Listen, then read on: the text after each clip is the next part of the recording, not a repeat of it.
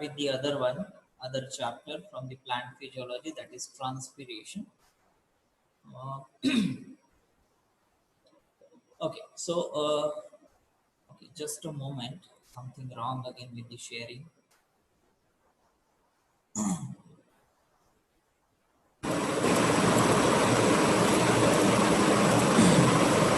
Yeah. Transpiration in general, what it means is the process by which the plants or in general any animal secretes or like releases water, not as a part of excretion but as a part of secretion.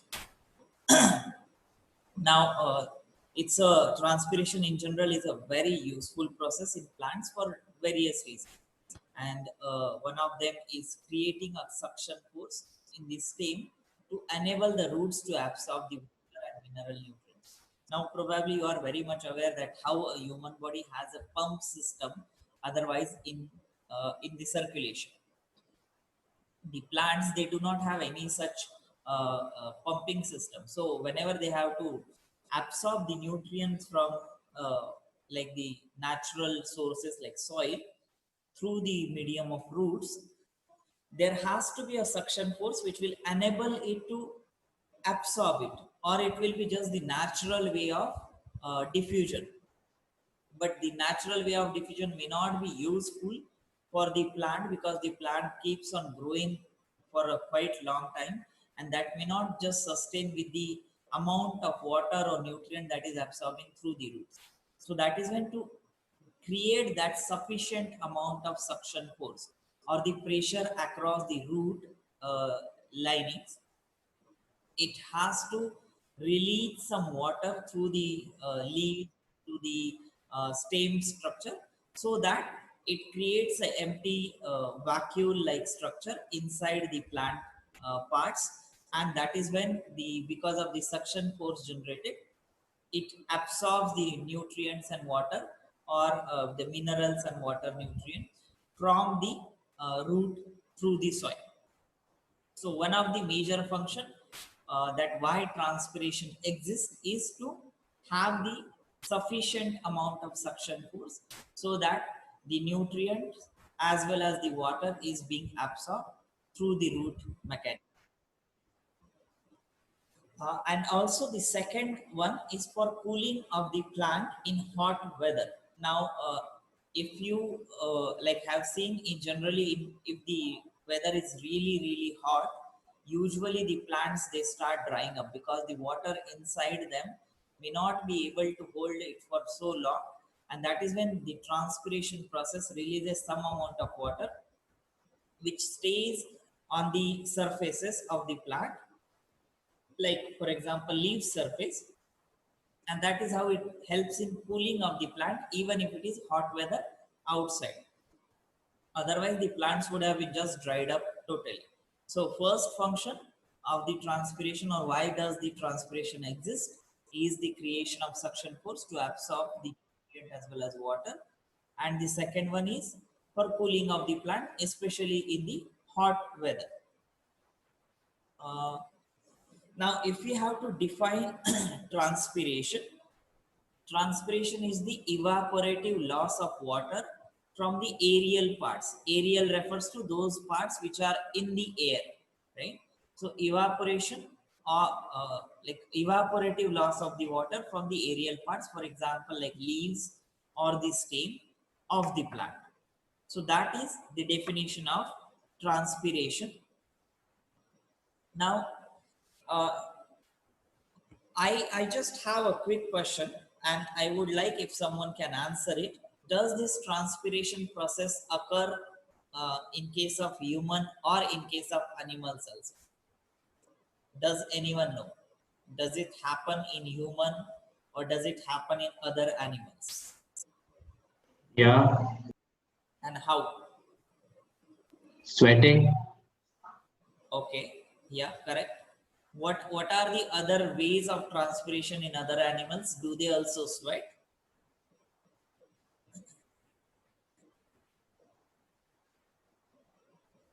Has anyone heard of any animal sweating.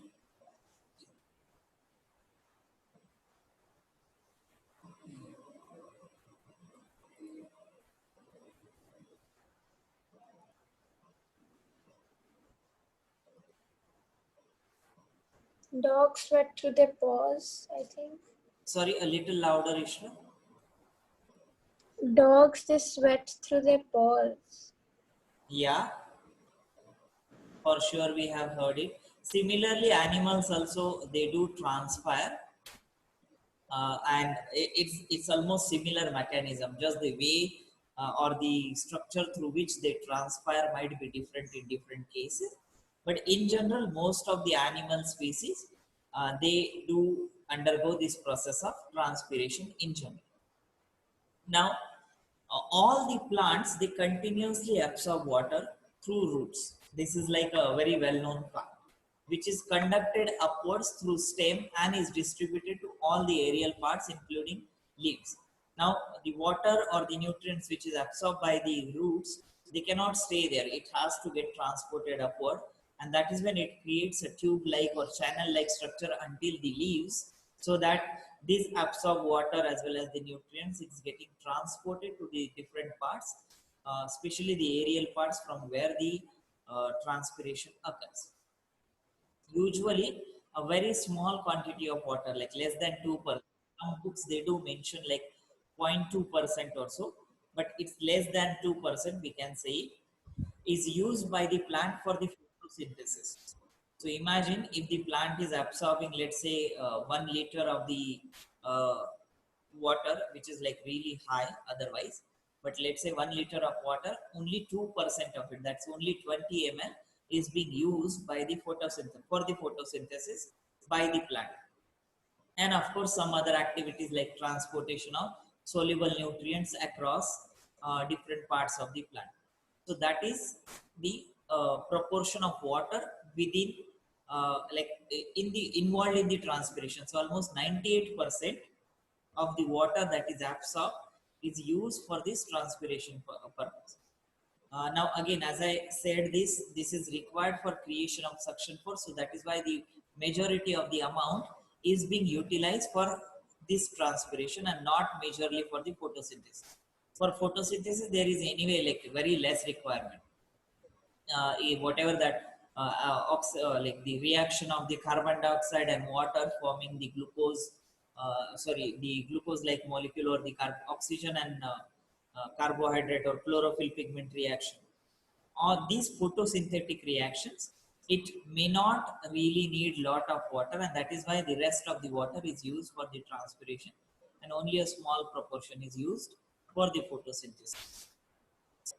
Now, this remaining water, as I said, is lost to the atmosphere as water vapor during transpiration. This loss is happening in the atmosphere. So obviously, it is going on the surface of the leaves or the stem, which are the aerial parts, and from there it goes as a water vapor into the surrounding atmosphere.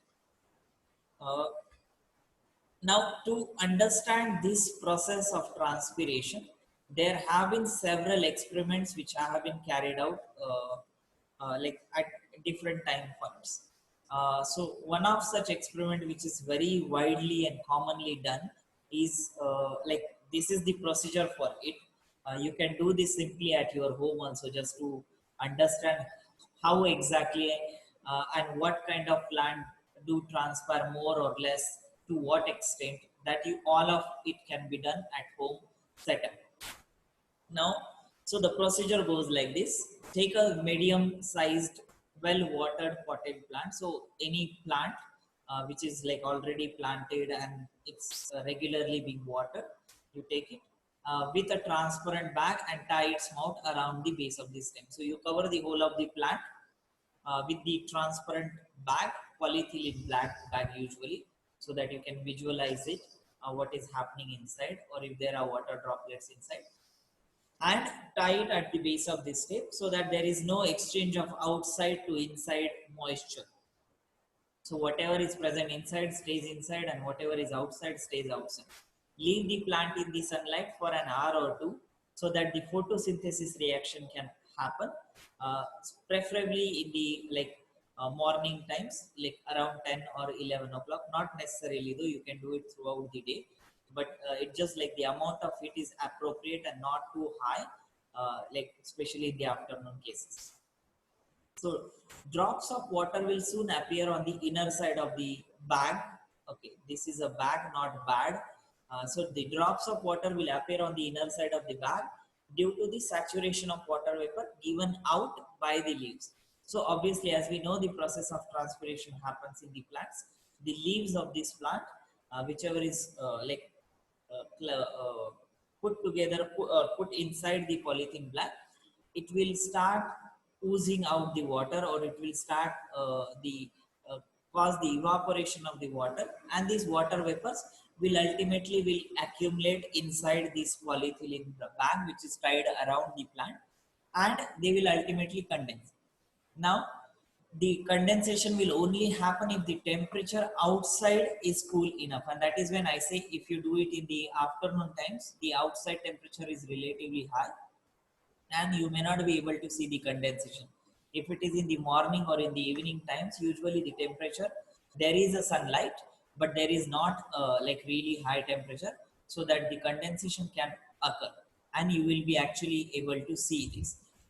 The amount of water vapor which is generated outside may not be sufficient to see sometimes to see the water droplets, and that is why the cool temperature outside is required for this water vapor to condense.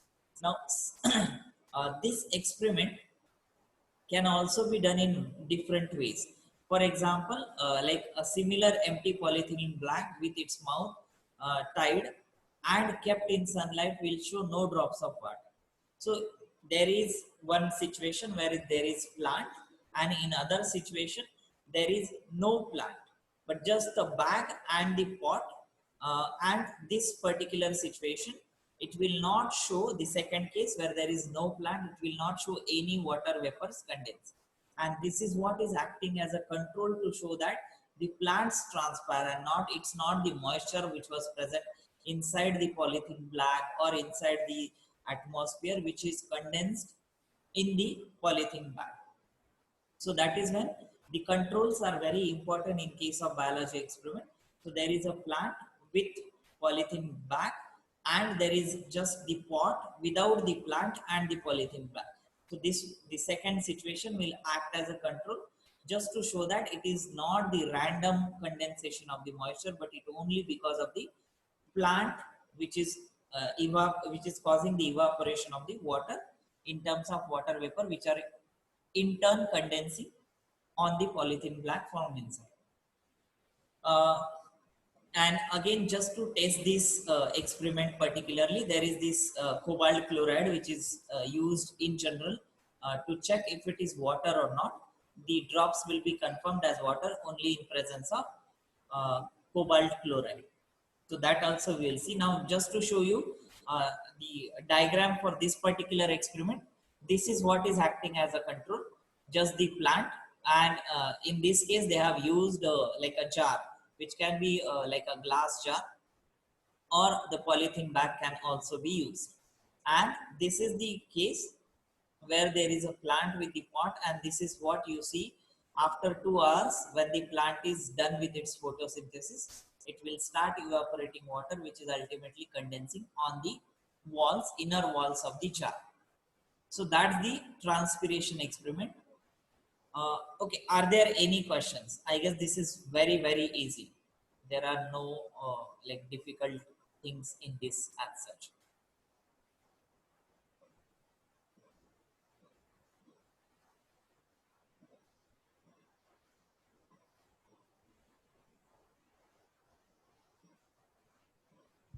Sir, does the Okay, same I will thing just show you this video which will again explain the same thing but very quickly, and you will also get to see what exactly happens. Let us demonstrate a sim. Oof, sorry. Yeah. Sir, Let us demonstrate. Yeah. does the same thing happen with soil? Does the same thing happen with? Soil, soil. What do you mean by same thing? As in, if you just put it in any jar, water will be around it. As in, it removes water. We did an experiment same like that in fourth. We tested with soil and plant. So in case of soil, it may not that much of. I guess you need to mute. So in case of soil, you may not have that much amount of water present inside, and even if it is there, it may not evaporate, right? The plant is deliberately pushing out the water in terms of water vapor through the process of evaporation from the stem or from the leaves, right? In case of soil, that may not happen. And even if it is there, you will see, let's say there is enough amount of moisture or water present inside the soil, you are using the same thing as a control. So if you are seeing a little bit amount of water in case of control, you should be able to see more amount of water where there is plant present. It cannot be same in control as well as the experimental sample or wherever there is a plant. So in both of these cases, you will see difference in amount of water. And this is just to prove the fact that plants, they transpire the water vapor. Yeah. Okay, I'll continue with this video. Demonstrate a simple experiment to show that transpiration takes place in plants. Take a medium-sized potted plant. Cover it with a polythene bag and tie its mouth at the base of the stem with thread. Mark this polythene bag A. Next to the potted plant, place an empty polythene bag and tie the mouth with a thread. Mark this polythene bag B. Okay, just one important fact. So whenever we have any such experiment where there is a control and where there is experimental sample. So in this case, A is the experimental sample, which is unknown, and B is the control, that is the blank.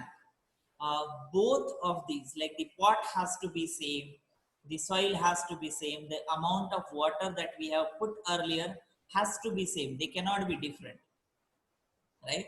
And that is only when it will act as a control. Otherwise, if you take a different soil for A pot, and if you take a different soil for B pot, you might see a differences in the result. So just to avoid that any other factor affecting the experiment, you should take the same set of experimental material for both of the samples, that is control and your experimental sample. Expose this setup to the sunlight for an hour.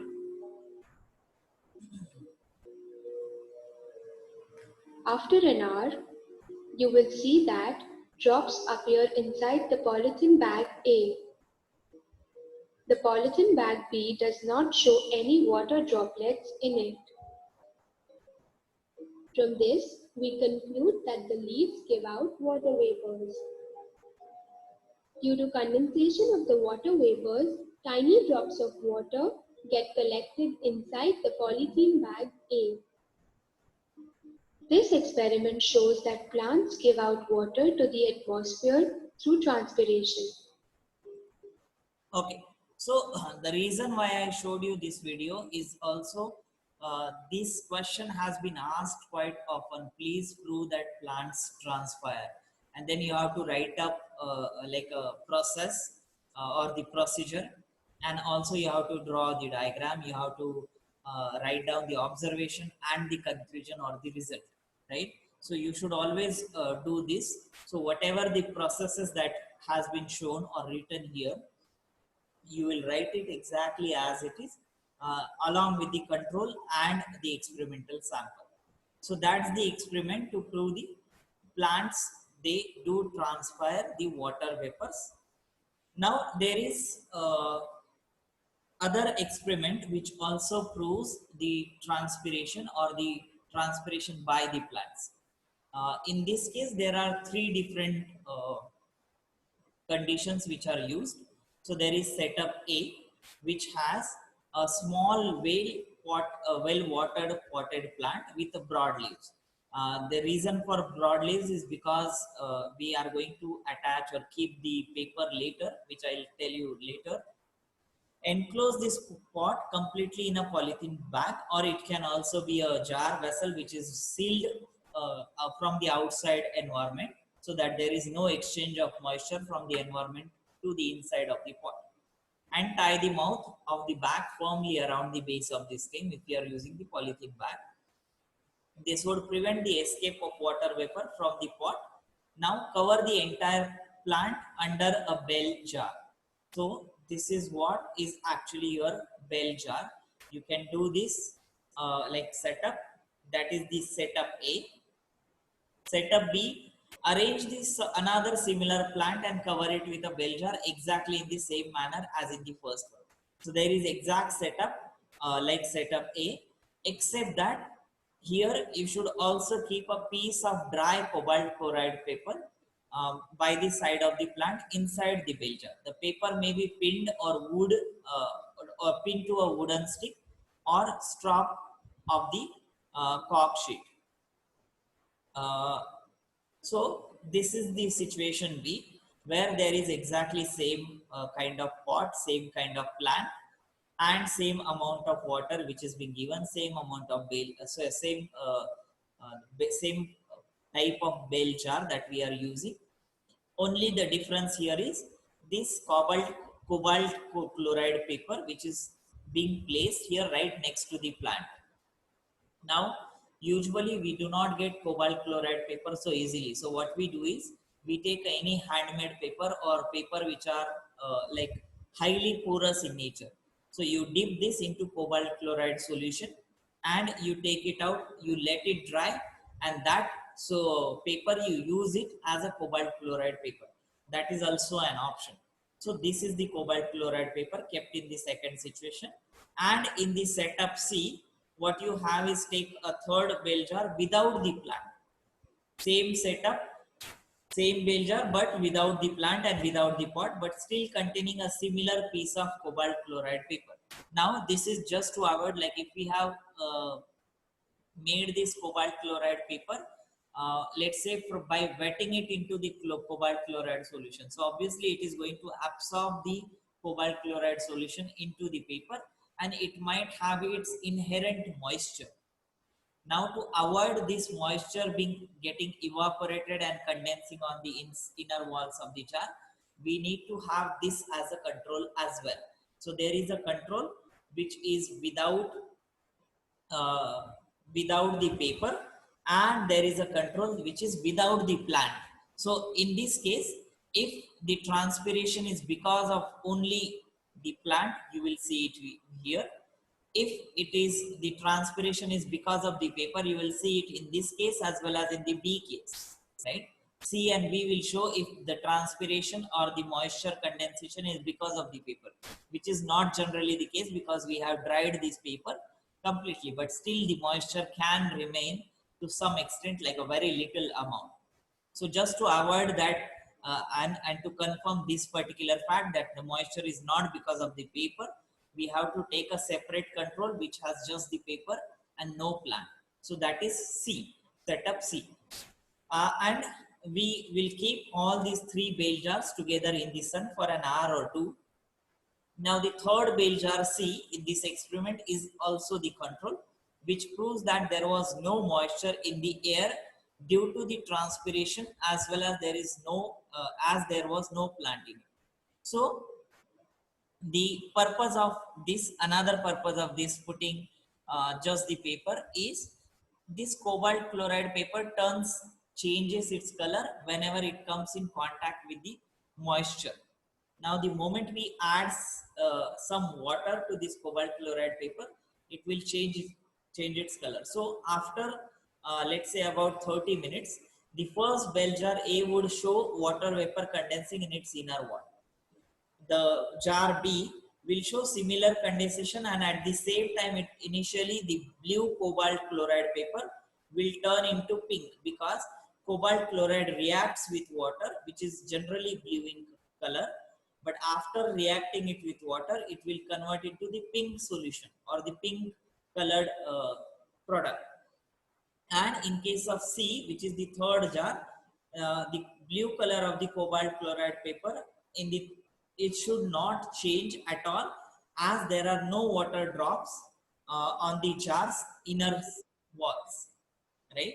So in this case, you will see the condensed droplet around the jar of this vessel. In this case, you will see the condensed droplet and also the change in the color of this paper to pink.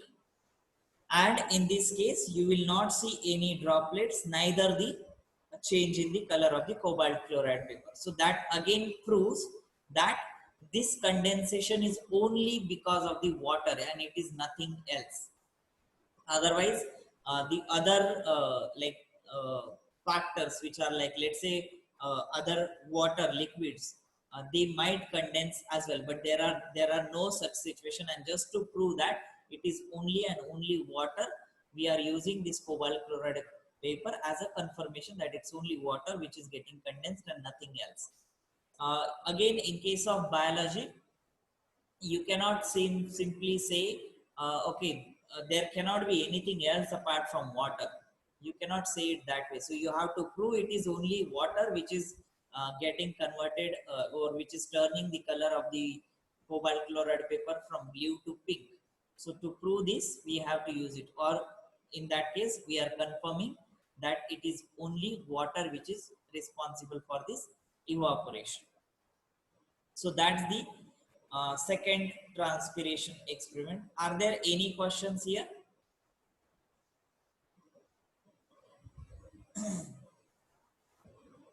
Does anyone have any question?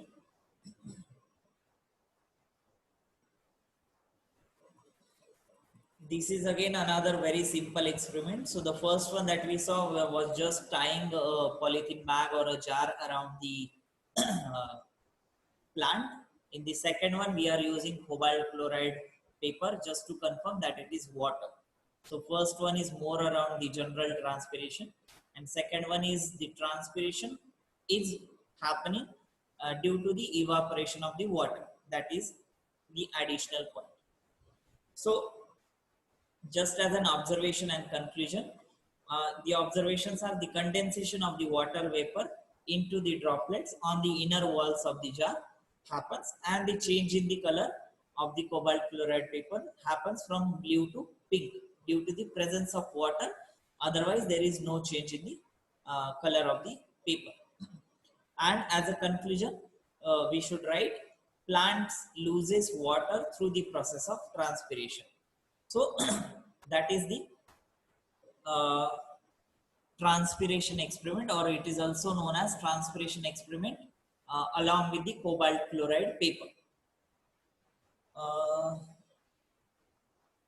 okay, I have this also.